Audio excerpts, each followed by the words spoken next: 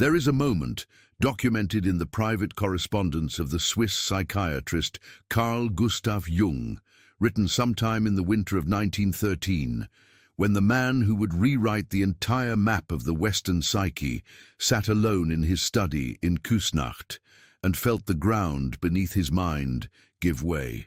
He had recently severed his professional relationship with Sigmund Freud, a rupture that was not merely institutional but existential, the collapse of the intellectual father he had needed to become who he was. In the months that followed, Jung began to hear voices. He saw visions of Europe drowning in blood, which he initially mistook for symptoms of his own dissolution. He wrote in a letter he never sent that he no longer knew the difference between himself and the material rising through him. He called this period, looking back from the far side of it, his confrontation with the unconscious. But the alchemists who came centuries before him had a more precise term for what he was passing through. They called it the soul Niger, the black sun, and they knew with a precision that modern psychology is only beginning to recover exactly what it was doing. You have felt something like this. Perhaps not with the same intellectual scaffolding around it, not with Jung's vocabulary or the alchemist's laboratory nearby. But you have felt the warmth go out of something that used to sustain you. You have felt the structures that once organized your life, your sense of purpose, your identity, the story you told yourself about who you were and where you were going, begin to lose their solidity in ways you cannot explain to anyone around you. You have woken at 3 in the morning with a certainty that something fundamental is wrong, without being able to name what it is. You have watched yourself go through the motions of your ordinary life and felt, with a horror that has no polite name, that the person performing those motions is not quite you. The world outside has not changed. The catastrophe is interior. And because the culture you inhabit has no language for interior catastrophe, only for exterior malfunction, you have begun to wonder, in the hours when the defense systems are down, whether what is happening to you is a breakdown. It is not a breakdown. What is happening to you has a name, a structure, and a direction. The alchemists mapped it with extraordinary precision. Jung decoded their map, and this is what this video will give you. Not comfort, not reassurance, not the shallow promise that it gets better. A map. The real one. The soul Niger appears throughout the alchemical corpus from the earliest Arabic texts of Jabir ibn Hayyan in the 8th century, through the Renaissance manuscripts studied by Marsilio Ficino in Florence, and into the dense symbolic atlases of the 17th century, where it is depicted as a sun that has gone dark, not absent, not destroyed, but inverted, blackened. A sun that radiates cold instead of warmth, that draws inward instead of giving outward, that functions as a consuming darkness rather than an illuminating light. The image is paradoxical by design. A black sun violates everything the sun is supposed to be. Most people who encounter the soul Niger in passing treat it as a symbol of evil or of destruction, or of malevolent cosmic force, the dark twin of the beneficent solar principle. This is the error. This is the distinction the mainstream world has consistently failed to make, and the failure of that distinction has left an entire civilization without the language to understand its own most necessary experiences. The soul Niger is not the absence of light, it is the sun in its consuming phase. The same force that illuminates, that organizes, that gives warmth and direction and makes the world legible. That force turned inward, turned downward, turned upon the structures it once illuminated and beginning to dissolve them. Not destruction, digestion. The soul Niger does not annihilate the self. It metabolizes it. The distinction is not semantic. It is the difference between a catastrophe and a passage. Jung encountered this symbol in the alchemical texts he began studying obsessively in the 1920s and 30s. after his own descent had sufficiently receded for him to look back at it with analytical eyes. What he found in the alchemical manuscripts was not the primitive proto-chemistry that his contemporaries dismissed, a failed attempt at material science by men who did not yet understand atoms. What he found was a complete psychological cartography. The alchemists, he concluded in Psychology and Alchemy, were not transforming lead into gold. They were projecting onto matter the transformations occurring within the psyche, and in doing so, they had recorded those transformations with a precision that the conscious mind alone could never achieve. The soul Niger, Jung recognized, was not a symbol of external darkness. It was a symbol for the moment the ego, the organizing principle of the conscious personality, begins to lose its hegemony over the total self. The psyche, becoming too large for the structure that has been containing it, begins to dissolve that structure from within.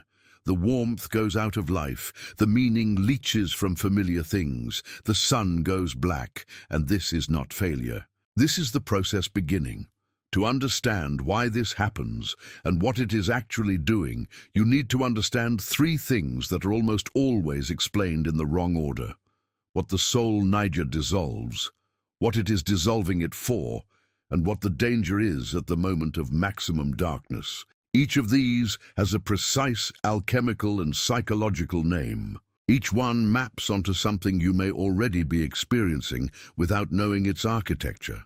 What the soul Niger dissolves is what the alchemists called the prima materia, the first matter, in its false configuration.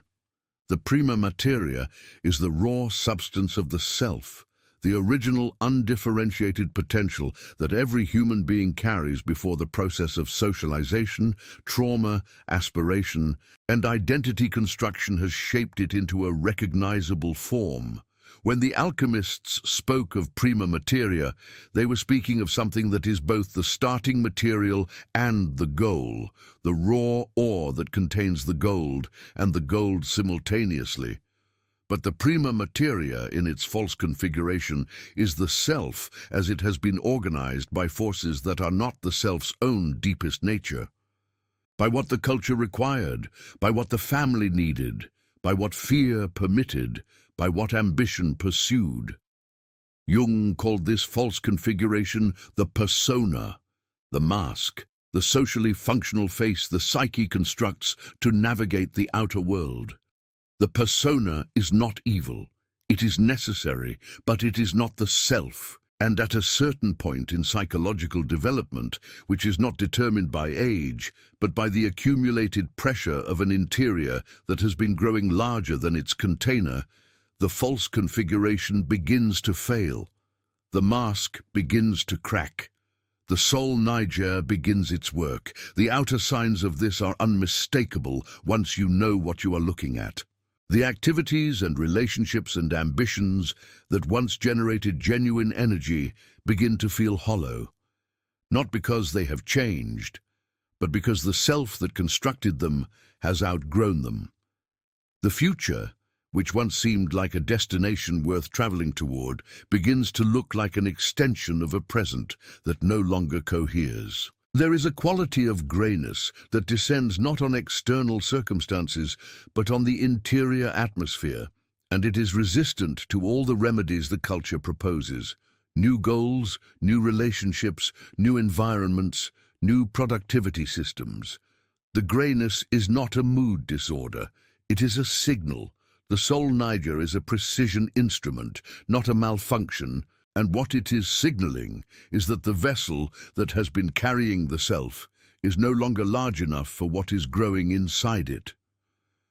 The alchemists described this phase through a specific operation they called calcination, the application of intense heat to a substance until all its volatile components burn away and only the irreducible mineral ash remains. The laboratory image is precise. The alchemist places the material in the crucible, applies sustained heat, and watches everything that can be destroyed by fire be destroyed by fire. What cannot burn remains. What remains is the truth of the substance. Psychologically, calcination is the burning away of everything in the constructed self that is held together by will, by performance, by the continuous expenditure of energy in the maintenance of a face. When the soul Niger descends and the heat rises, what burns first is the energy available for pretending. You may notice this as a sudden inability to perform enthusiasm you do not feel, or a collapse of the effort required to maintain a version of yourself that others expect and you no longer recognize. This is not depression. Though it can look like depression from outside, it is the first phase of the opus. What follows calcination is what the alchemists called putrefaction, decomposition, the phase in which the calcined material begins to rot. The term is deliberately chosen to disturb. Putrefaction is the process by which a substance that has been destroyed releases its components back into the undifferentiated ground from which transformation becomes possible. Without putrefaction, there is no recomposition. The rot is not the enemy of the new form. It is its precondition. Psychologically, putrefactio is the phase in which the structures of identity that survived calcination, the beliefs about the self, the narrative of who one is and what one deserves and what the world owes, begin to dissolve into something less organized, less legible, less defensible. This is the phase in which people describe feeling as though they do not know who they are, not as a rhetorical complaint, but as an ontological observation.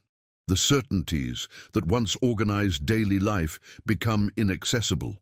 The ground of self-knowledge turns liquid.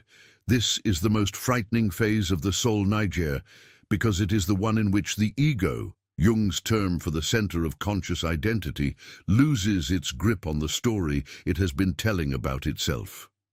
And the ego, when it loses its grip, interprets that loss as annihilation. The ego does not know the difference between death and transformation. It knows only that something is ending. It sounds every alarm it has. This is the moment at which most people turn back. This is the moment at which the culture intervenes with every resource it has, pharmaceutical, therapeutic, social, commercial, to restore the previous state of organization. And there are times when intervention is necessary, when the dissolution has proceeded faster than the psyche can metabolize it, when external stabilization is genuinely required. But there are also times, and this is what the alchemists understood and the culture does not, when the intervention is not rescue, it is interruption. When what is happening is not breakdown, but initiation, and the attempt to restore the previous state of organization is not healing, but regression. The alchemical tradition is unambiguous on this point. The prima materia cannot be refined without passing through putrefaction. You cannot skip the rot. The rot is the process. At the center of the soul Niger, at its deepest and darkest point, is what the alchemists designated with a specific phrase found in manuscripts from Paracelsus to the anonymous authors of the 17th century Rosarium Philosophorum: mortificatio, death of the self that was. Not metaphorical death, not the death of bad habits or limiting beliefs, the language of the self-help industry that takes the vocabulary of transformation and evacuates it of its actual cost. Mortificatio is the genuine experience of the end of a version of the self that has been real, inhabited, loved, and built over years or decades of a life. It is the specific grief of losing an identity, not through external loss, bereavement, failure, illness, but through interior process that the ego cannot control and cannot explain to the people around it.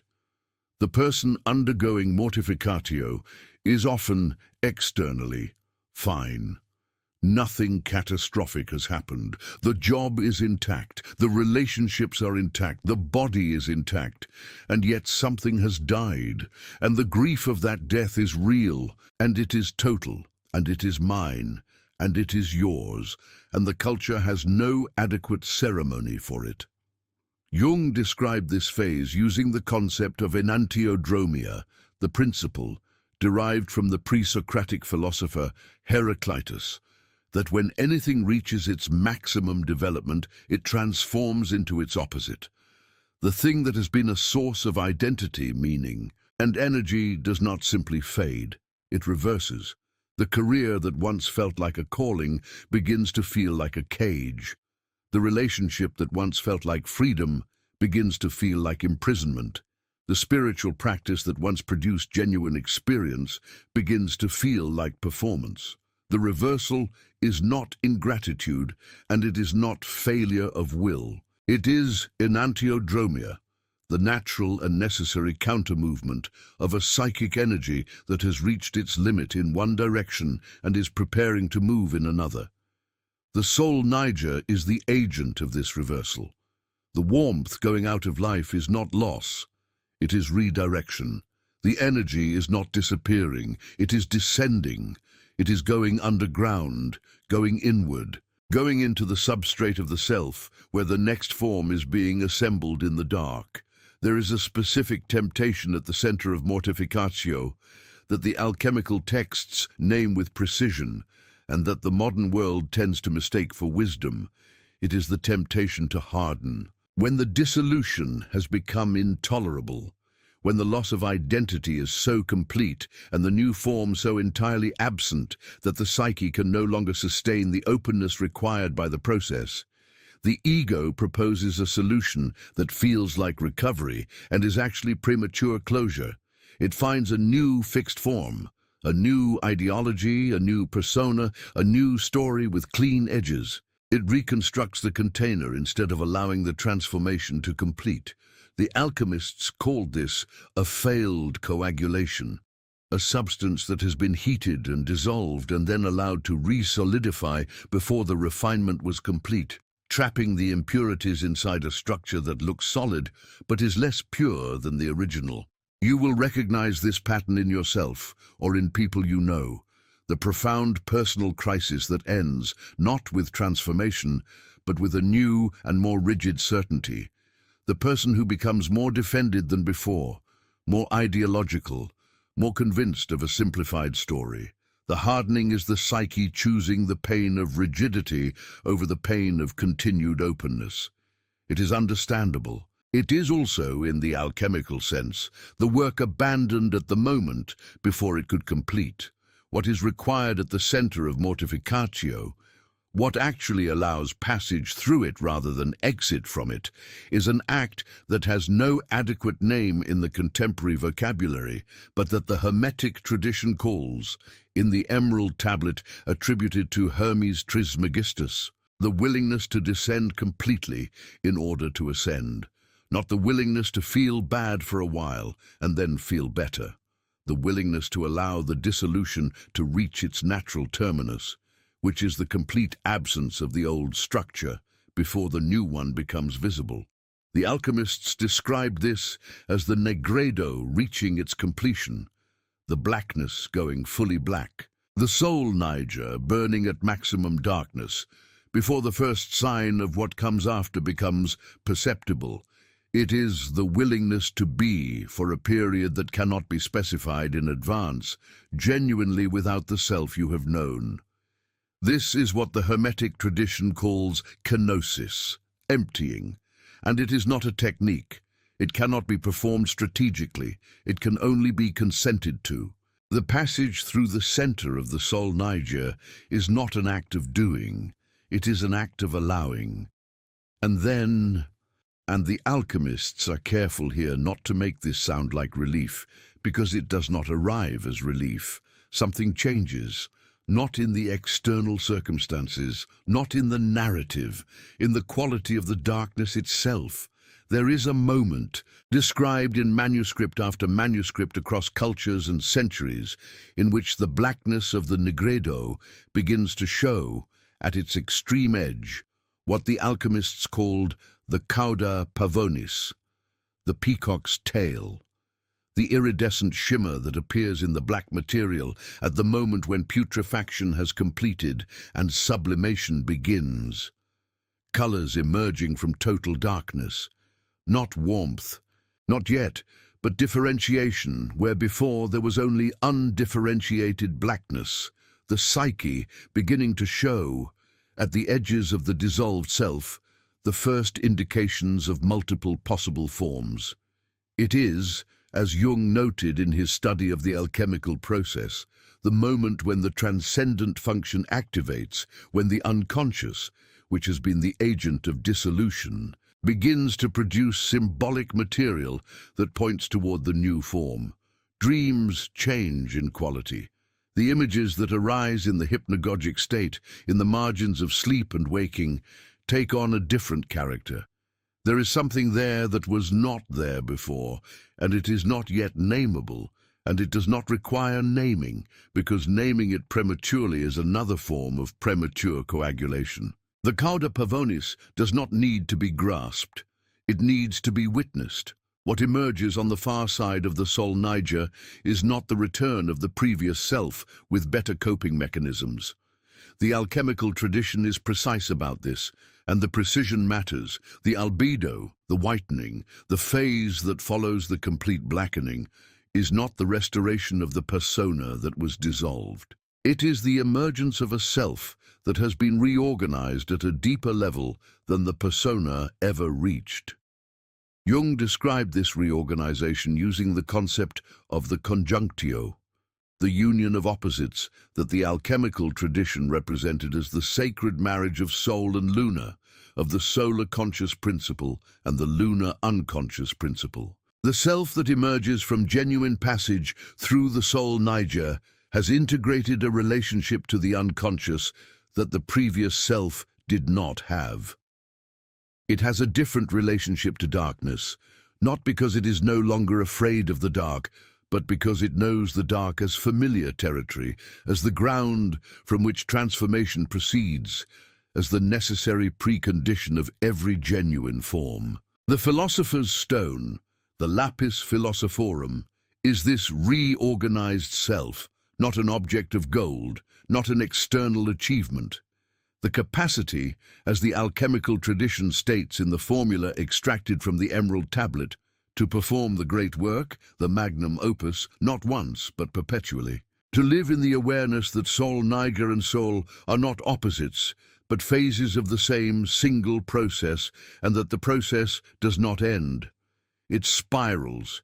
Each turn of the spiral brings the same fundamental movement, dissolution, darkness, emergence, but at a greater depth, with a greater capacity to bear what is encountered there.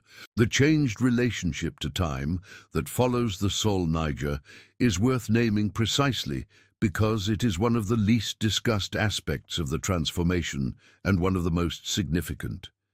The self that has not passed through genuine dissolution relates to time as a line, as a progression from a present that must be improved toward a future that must be secured. The anxiety that characterizes that relationship is not pathological. It is structural. It is the anxiety of a self that has staked its existence on the continuity of the structures that define it, and therefore must protect those structures from the future's unpredictability. The self that has passed through mortificatio, that has experienced the complete absence of those structures and survived it, has discovered that what it is does not depend on their continuity, relates to time differently, not without concern for the future, but without the specific terror of discontinuity, because discontinuity has already happened, the floor already fell away. And what was revealed when the floor fell was not annihilation, but something that the floor had been concealing, something that does not require the floor. This is what the Sol Niger is actually doing in your darkest period. It is not punishing you. It is not a malfunction of the psyche or a failure of will or a sign that you have made choices you should not have made. It is the consuming phase of the same solar force that once illuminated and organized your life, turned inward because the form it previously organized has become insufficient for what you actually are. The persona is cracking because the self inside it has grown larger than the persona can contain. The warmth has gone out of the familiar because the familiar is no longer the frontier. The darkness is the work, not the obstacle to the work, not the interruption of the work, not the price you pay before the work can begin. The darkness is the work. What the alchemists in their sealed laboratories and Jung in his study in Küsnacht in the winter of 1913, and you in whatever room you are in right now, all share is this: the experience of a process that moves through you rather than being produced by you. The soul Niger does not ask for permission. It does not wait until the timing is convenient. It arrives when the prima materia is ready to be refined. Which is to say, when the distance between the self that you are performing and the self that you actually are has become intolerable to something deeper than the ego's preferences. The ego calls this crisis. The alchemical tradition calls it election. You have been selected for the magnum opus, not because you are exceptional, but because the material is ready. The darkness is not something happening to you. It is something happening in you, for you, at a depth that your conscious mind will only be able to comprehend from the far side of it. The black sun burns cold. It burns inward, and everything it burns away is everything that was never truly yours. What remains when it has finished its work is the gold that was always in the ore, not created by the fire, only revealed by it. The laboratory is not the room you live in. The laboratory is you, and the process was already underway before you had a name for it.